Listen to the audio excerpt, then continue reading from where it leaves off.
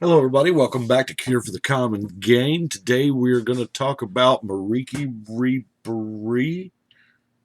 How about MRB? Let's do that.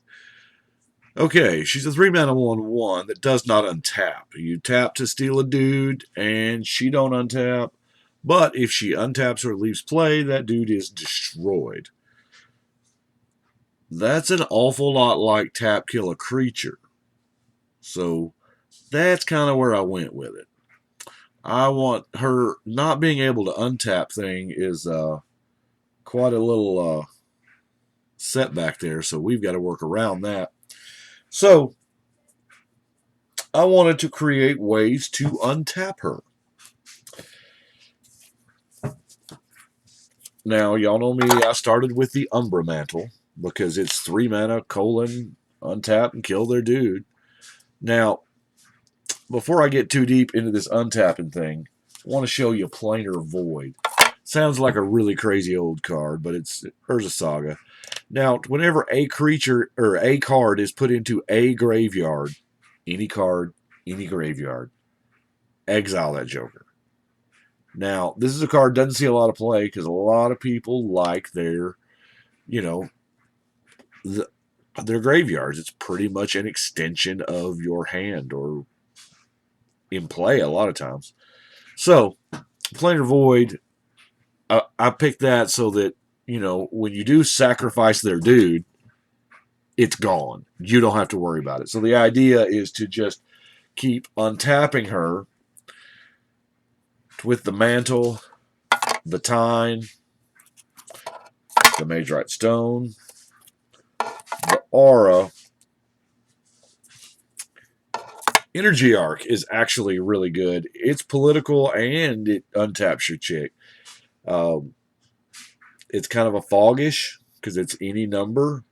So you can tap her to steal a dude and then wait for them to swing at you, and you can untap your MRB and their team. You don't take any damage. You sacrifice their. It's kind of good. Now, another one, Intruder Alarm. Just flat ass untaps all creatures, and that first ability really doesn't hurt you that bad. We're not just dripping with creatures here. We have Suture Priest, Bloodseeker, and of course Carrion Feeder to sacrifice their dude to it to get the counter, because you steal it, you don't want to give it back. Well, actually, Merieke doesn't give it back. When that bitch takes something, it's hers. She's got it. Anyway, I've also got Attrition, to where you can sack their dude to kill another one of their dudes. That seems fun. Now, I want to talk about the other untap card, Freed from the Real. No Div Mizzet is not in here, but Freed from the Real works really, really well with Marie. So I thought, you know what? Can I afford one more slot for, instead of Freed from the Real taking up one slot in the deck, what if it took up two?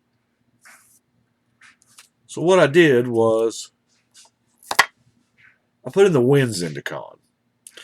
Now those two cards, if you're uncertain how they work, you enchant a land with your Wind Zendikon, and it's a dude. Then you enchant it with your Freed from the Real. So you can tap your land to produce the blue mana to untap itself, which gets you a whole lot of nowhere. Unless your land produces more than 1 mana. So with those 3 cards, yes, it is a 3-card combo. It is infinite black mana or infinite white mana. Things being as they are, infinite mana is kind of not bad. So that's I was already playing with the lands. I was already playing with Free from the Real, and I thought, I might as well.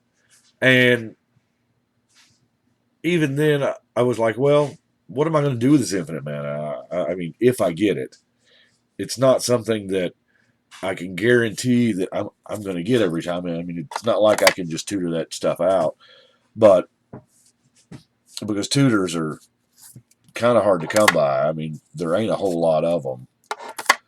So, what could I do with unlimited black mana or unlimited blue mana? By the way, those are all tutors. I thought, well, naturally, my mind first went to Treasure Trove because if it's infinite blue mana, I can just draw some cards now. 4 mana colon draw doesn't happen a lot with no drawbacks or no other. I mean, this is the cleanest, simplest version there is. And yeah, it's kind of expensive at 4 to cast and 4 to use. It's more or less a JM Daytona that does not tap. But if we're talking about infinite mana, that's not a big deal. But what if I get the infinite black mana? Then, I just rocket launch somebody's face off. Let's look at a little bit of, we're here. We're going to talk about mana rocks because you got to have mana rocks. The Chromatic Lantern. We are a 3-color deck. Now, she competes a lot in the white, blue, black aspect because there's a lot of tier 1 high quality generals. Yes, I run the Fractured Power Stone because it's a mana rock, and in the event you are running Plane Chase, you get a free roll. But she competes with a lot of other really, really heavily played in the black, blue, white. So that's our mana rock. Now some utility. I've got Propaganda. Norn's Annex is another Propaganda. I was really tempted to use the black one, Coscom Falls, but I don't have a creature that I just want to dedicate to tapping all the time. Yeah, Disenchant, it's a real thing. It's still a good card. I like it. Utility since the beginning. Now, the Brainstorm and the Prosperity. Hey, that's something we could do with infinite blue mana. Counterspell. Now, Grim Grin is another sack outlet. Wow, we're getting to where we can't. That's a little better. Grim Grin is another sack outlet to where, yeah, he just don't untap either, but you can sack another dude to untap him and put a counter on him, so that's pretty sweet. He's a 5-mana 5/5, and you're going to be feeding him your opponent's dudes, so that's kind of neat. Library of Lang. Flicker, because we've been kind of focusing on the untap aspect, we might as well flicker. If what I normally save the flicker for is if somebody targets her with a removal, plowshare path, whatever, if they're going to targeted kill her, then I'll flicker her. Not only do I save her, but their dude dies. Hopefully I've got the void out and it's gone forever. Now, I am trying the Aftermath cards because these two particular Aftermath cards are pretty decent. Yes, -2/-2, you get to infest. That's cool. But then, riches, you get to steal stuff, so that's neat. Start to finish, you get some tokens, and you get to sacrifice a dude, which is to kill a dude, which is what you're wanting to do anyway. Dust to Dawn. Push those down where they're not.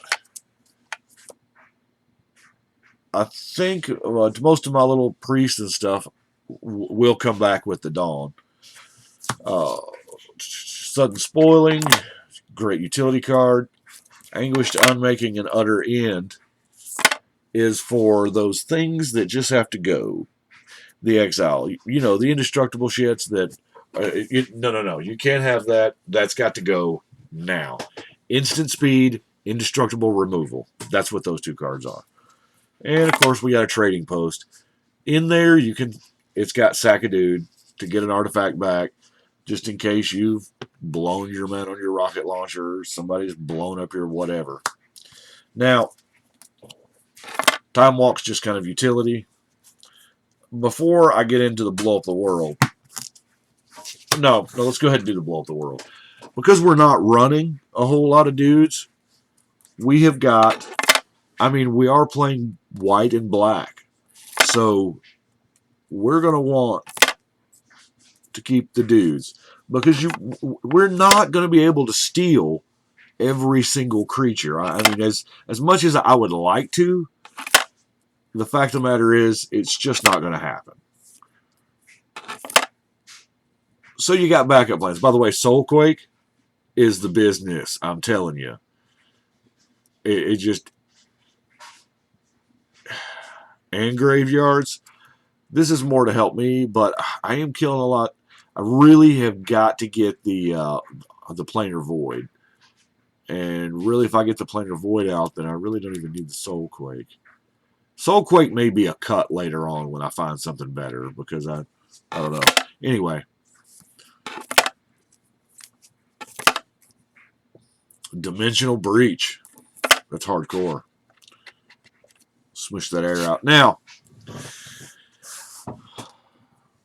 I've got 2 cards left, and one of them's brand new. It's one of the Almond Kit cards. If y'all haven't seen this, by the way, the standard deck that I played, this is what I built. Now, I love this card, but I think I just found a way to make it maybe a little better. Okay, 7 mana is not a problem. We're going to do this. Now, obviously, in EDH, we have a handicap of we can only have 1 copy. And more times than not, you cast this, and you're going to be dead. They're going to make sure you're dead by the time you dig 7 cards down. Unless you've got some serious card draw. Now, here's the beautiful part. You gain your 7 life, and you put it 7th from the top. Now, there are 6 cards above it. Demonic Consultation is a real thing from Ice Age. Now, I'm going to name,